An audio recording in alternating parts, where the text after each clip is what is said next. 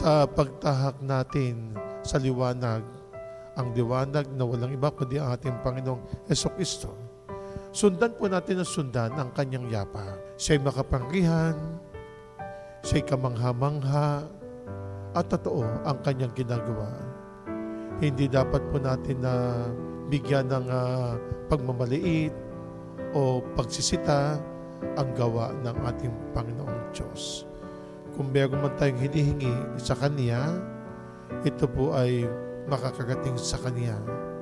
Ibig sabihin, kapag tayo nagdarasal, nakakarating po sa Kanya. Hindi nga lamang po ngayon ibibigay ang kasagutan, baka bukas sa makalawa o sa isang taon o baka kapag tayo nagpangita na doon sa kabilang buhay. Kaya nga po, sa pagtatapos po ng Pasko, ng pagsilang, nagbagong taon na po tayo, dumating ang pagdalaw ng 3 haring bago.